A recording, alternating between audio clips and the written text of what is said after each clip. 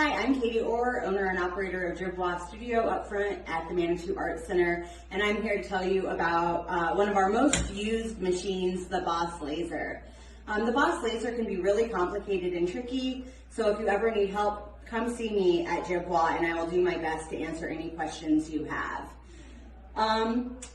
Because this is our most used piece of machinery, we don't have a sign-up list to use it, but we do work on a code of conduct. So it is appropriate that you know how long your files are going to take and are able to tell the next person. We also have a 2-hour time limit on the machine a day, and so far that's worked out great for us. One of the first things starting out when using the Boss Laser is making sure you are using approved materials. This machine does wood, leather, and acrylic. It can also do paper and cardboard with some guidance and advice.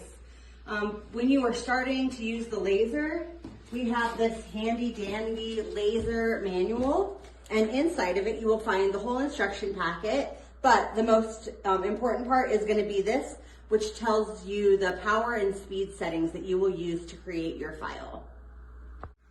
So to use the Boss Laser, you will need a vectorized file. This file needs to be created in Adobe Illustrator, or shorthand AI is what we call it here. That file will then need to be made into an RD file.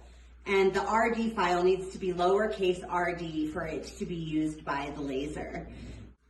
So in the laser cutting room, you'll always find an order of operations. So here we have the steps to using the Boss Laser.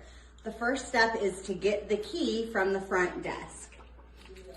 The key then plugs into the laser right here, put it in, and you turn it on.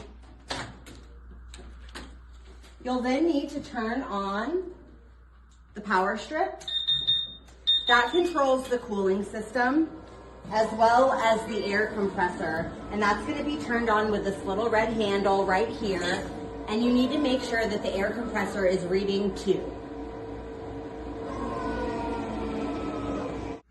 So before you start your file, because it's a community piece of equipment, oftentimes, unfortunately, people do not clean the laser. So what you're going to do is you're going to find this is called Zap Solution. It is made in-house, so if this is ever empty, please come find me or Alan at the front desk and we'll be happy to make you more. You'll also find a rag in here. What you're going to do, spray a couple times, about a quarter size amount, and then you're going to just wipe in a circle at the bottom of the red nozzle. So sometimes the laser can be quite picky, and it's very specific about what it likes and doesn't like. And one of the things we have found out is it does not like every thumb drive. So in the room you will find the Boss Laser thumb drive. Feel free to use this. This is what you will use to put your files on from the computer, and it plugs into the laser right here where it says flash drive.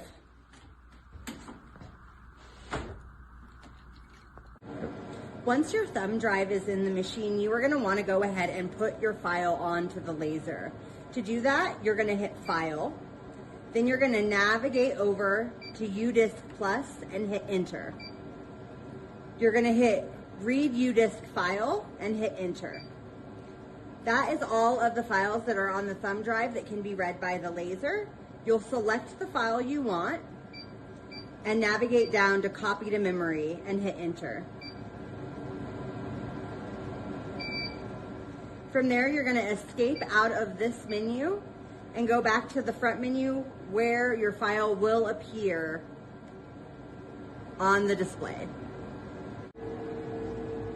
So to focus the laser, we will have to manually focus it, and this little QR code right here links up to a video showing you how to do that.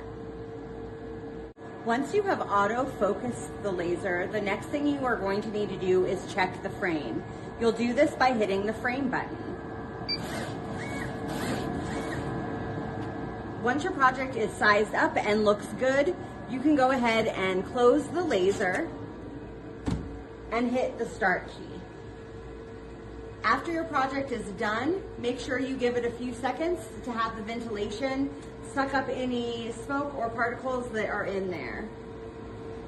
When you are using the laser, it's incredibly important that you stay close to the laser until your project finishes. Once your project is done, you can go ahead, open it up, take out your beautiful new piece of art, remove your thumb drive, and erase the files from the laser. To do that, you're gonna hit File, navigate down and over to delete, and hit Enter, and your file will be deleted. After your file is deleted, we ask that you please clean the laser. So that would be, again, using the Zap cleaner to wipe the bottom of the base, cleaning any debris that falls in the secondary drawer, as well as sweeping the area and the floor. Please leave it clean and nice for the next user. We super hope you enjoy using the Boss Laser at the Manitou Art Center. And if you're still feeling lost after this video, please sign up for either the Laser Project class or the Laser for Beginners class. Thank you so much. Have a good day.